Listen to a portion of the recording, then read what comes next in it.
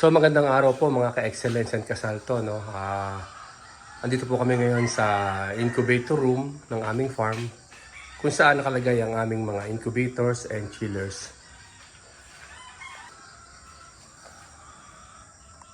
So para po sa araw na ito, ipapakita po namin sa inyo yung aming practice po, no? Sa pag-handle or pag-collect at pag-stock ng mga egg collection during breeding season. So unang-una po sa lahat, meron po kaming chiller, no? Dito po namin i-stock yung mga nakukolekta naming itlog everyday para po ma-hit namin yung araw or scheduled ng prefer naming pisa ng mga sisiyo. So yung chiller po, meron po itong parang thermostat or temperature controller. Nagre-range po ang temperature niyan at 10.5 to 12.5. So ibig sabihin po, kapag 10.5 na yung temperature niya, mamamatay po yung makina ng chiller. So kapag po tayo tataas yung temperature, at pag nag-reach na po siya ng 12.5, automatic po mabubuhay po ulit yung makina. So, dapat po ang temperature sa aming practice ay 10.5 to 12.5 lang po. Mahalaga po na ang pinaglalagyan po ng ating chiller maganda po yung temperature, meaning hindi po mainit, hindi po masyadong malamig. So, kung mapapansin nyo, nakatagilid po itong mga tray.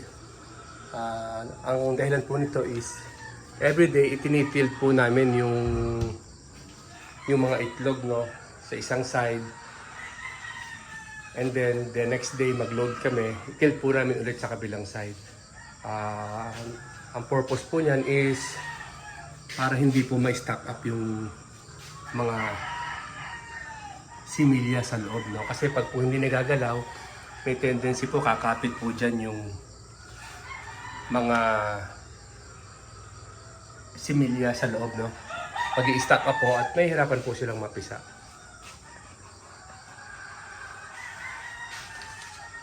So kami po, nakakapag-collect po kami dito sa aming practice as long as 21 days. Yun po yung aming usually standard na nakakapag-keep po kami ng itlog. Malaki pong bagay dahil naihit po namin yung araw or schedule ng aming papisa. Sa ganun pong paraan, nakakatipid po kami sa space, sa vaccination, sa lugar at sa handling ng mga sisiw kasi konting batch lang po yung ginagawa namin pero marami pong sisiw kasi nga po nakakapag-collect kami ng mga itlog, so nai-stack namin sila using this chiller at nai-hit po namin yung number of production na gusto namin na isa lang sa mga setters and hatchers po namin. So isa rin po sa benefits ng ganito nakakatipid po kayo sa bakuna kasi po isang batch marami na po kagad laman ang inyong, marami na po kagad yung papisa sa isang batch pa lang. So yun po ang aming practice dito. I-add ko lang po na prior to loading sa inyong setters, ilalabas nyo po muna ng 24 hours yung mga itlog bago po ninyo isa lang sa inyong mga hatchers para po lumabas yung kanilang mga pawis, no, yung moist. Tinututukan po namin siya ng electric fan until such time na room temperature na po yung itlog bago namin isa lang sa setters.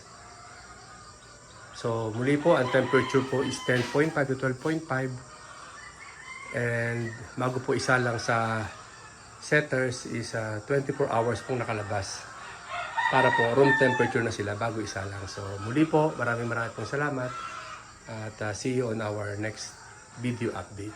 Thank you po.